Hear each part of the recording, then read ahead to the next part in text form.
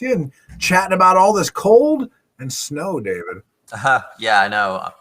We're really in a cold stretch here. Obviously, we had some more snow on the overnight. I mean, it wasn't huge accumulations, but it seems that way because the mounds just keep building up higher and higher. And obviously, if yesterday you did some shoveling, you may have had to have done it again a little bit later on in the day, just because of those additional accumulations that we dealt with. And I mean, I was mentioning earlier that I kind of went through a little mini blizzard on my drive into work. A little stretch of West 38th Street, maybe I don't know, less than a quarter of a mile, hard to see. And then you got to the other end of it and it was, clear. And, right. Yeah. A lot of folks may have been running into that kind of hit or miss stuff this morning. Yeah, I saw that this morning. There were even trouble spots on Peach Street, but the plows were definitely out. They were definitely doing their thing that they're so good at. And luckily, conditions are improving. It is very cold out there, but we are finding some of that sunshine. I just looked at our Presque Isle cam before, and it looks quite beautiful. I'll actually let me pop it up here really quick if I can find it. I just had it up before. Here we go. All right, I'm gonna turn my camera around, and boy, it looks like a scene out of the Arctic out there. But it still looks really cool, though. I know you're not gonna get the best look, but you got those clouds on the horizon, some blue skies, sun coming on down over the lake. That's Northwest PA, whether it's winter, whether it's spring, whether it's fall or summer, Presque Isle always looks awesome. It's true. Very photogenic she is. It really is. Yeah.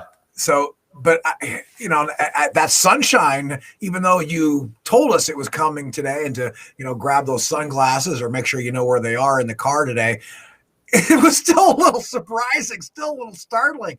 Feels like we haven't seen much, if any, sunshine in quite a while. I know we have. It's the perception. Right. But yeah, mentally, I mean, we're in mid-February mindset right here. So the more sun, the better. But when you go even through 1 or 2 straight days of cloudy, dreary conditions, it tends to bring you down. And I will admit that seasonal affective disorder thing is real. And people like me, I mean, I'll admit that I certainly feel it this time of year. The winter blues can certainly take you down. So any sort of sunshine out there is definitely a big time welcome, even though it is incredibly bright. Just got to, again, remember your sunglasses. And, we talk about sunglasses in the summertime all the time, but sunglasses are almost just as necessary during the winter, especially when there's snow on the ground, because the snow is just reflecting all that light right into your eyes. And our eyes are just not used to it. They're not used to it. That's a very good point. Yeah, your pupils are taking in more light than they're used to. So I was asking the question in the title of this Facebook Live post, what do you do to enjoy this sort of cold and snow? And I know a lot of folks, as we detailed earlier in the week, have been heading up to the Peak and Peak Ski Resort. And I would imagine Mount Pleasant down to Edinburgh Way and all the other places where you could actually have some fun out there in the cold and snow. And I'm not a skier, but I have done the tubing thing down at Mount Pleasant a couple of times. And that's a blast. I mean, you don't need any special skills. You just need a little gravity, and there you go down the hill. And that's, to me, one of the funner ways that I've found locally to get out there and just actually enjoy it, act like a kid again for a little bit anyway. Right. Yeah. Since I've been here, I actually haven't been snow tubing yet. So that's one thing I could do. I could certainly get on that train. So I need to go down to Mount Pleasant. But I can tell you I can't ski. So okay. I think we've established that. Yeah, that's not going to happen. You can try to get me to learn how to ski. No, I'll just curl up in a ball after a while and probably start crying. Well, earlier in the week, our John Last was out reporting on folks who actually enjoy shoveling. I know that for the folks who don't, that can sound a little bit strange. They like to get out there and shovel, gives them a little activity, and perhaps lets them help their neighbors. And I suppose, with so much time being spent inside, even if you're working up a sweat out there shoveling the driveway, at least you're out of the house. But I don't know if I'm going to count shoveling the snow, which I did some of yesterday, as one of my fun ways to enjoy winter. I'm not going to put it on that. The question is shoveling a sport? I guess you can make it that way. Honestly, I don't mind. I don't mind shoveling. I do get a little extra help, so that's good for me. But yeah, just being outside sometimes, even though you're hunched over and you're trying not to wear at your back. I don't know. Sometimes it feels like it's nice to have physical exercise. And now that I have a kid, it's like, any little thing that I do that feels like a workout, I'm going to count it. And like during the summertime, I never mind mowing the grass. I really don't. Get you outside, kind of put you in this like Zen phase for a little bit. But even if you find yourself starting to be annoyed by the chore of mowing the grass, just think about having to shovel. It'll make mowing seem like a blast. Right. And that's the thing. I've been thinking a lot about summer as of late, and I'm like, oh my gosh, it didn't take me very long living here in Northwest PA. Like, I get it. I understand why, like, there are droves of people out during the summertime, because I've lived in places before where it's like the exact opposite. In summertime, you're staying inside. Yeah, but here people know how to take advantage of summer, because what these months are like. We go X number of days without even being allowed outside. And we've had snow on the ground continuously for the last month. And it still looks like, even as temperatures warm up a little bit into next week, we'll still have that snow on the ground for a little time longer. Well, that's kind of sort of answering Adam's question, who says he got about 8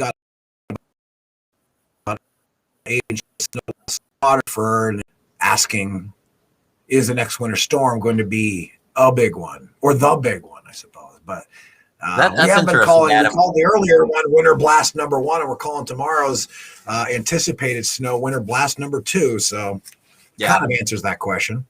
Yeah, I'm interesting. It's interesting that Adam's reporting about 8 inches of snow. I wonder if that's a grand total, because I did see a report down around Edinburgh, which over the last 24 hours, they've received about 9 inches of snow. But nonetheless, we've certainly had that very persistent snow over the last 24 hours or so, even though, the main storm came through and it looked like it wasn't going to do much. And then it was just some of that lake effect that continued up, and it actually wasn't from Lake Erie because it's frozen over. Anyways, that's double lake.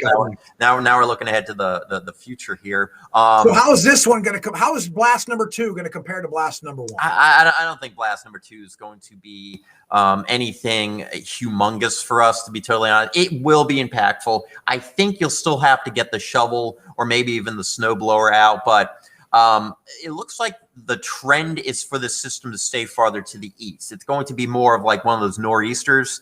And a lot of times when that happens, a bulk of the storm stays to our east. And so places in eastern PA, they'll pick up enough accumulations. Even with this system moving the way it is, it still isn't going to drop a ton of snow over eastern parts of PA and New York. Not like that one storm system a couple of weeks ago, but it's still going to be very impactful. And it's going to be very impactful for us here in Northwest PA. I think that, in terms of snow, snow management and all, we can handle it. But the problem is that the snow, we don't really know where to put it anymore. Those mounds keep getting higher and higher. So even just a little snowfall, 2 to 4 inches, that may not seem like a lot, but we're just adding to the snow depth. Is there anything worse than you're shoveling, and that snow just comes tumbling back down? Yeah. It kind of showed how the snow is. We're having like 100 out here, so yeah, it's giving me Robin connection issues. Let's see. David's having some streaming issues. He's getting a little pixelated. We're going to have to wrap this. We're going to have to wind this one down, wrap it up. Bottom line, you can count on David, John, Sarah, the entire First Warning Weather team, and the Erie News Now news team to keep you up to date with the winter weather as we head into tomorrow and the rest of this week. And, of course, we'll be on 5 to 7 a.m. tomorrow for Erie News Now Sunrise with the latest First Warning forecast. So, guys, we'll see you then. We got you covered. It's not going to be a big mess tomorrow morning, but as we continue through the day on Thursday, the snow will certainly pick up. So it's more Thursday night into early Friday. That's when we could have some of those bigger issues. But stay tuned. We got you ready for tomorrow.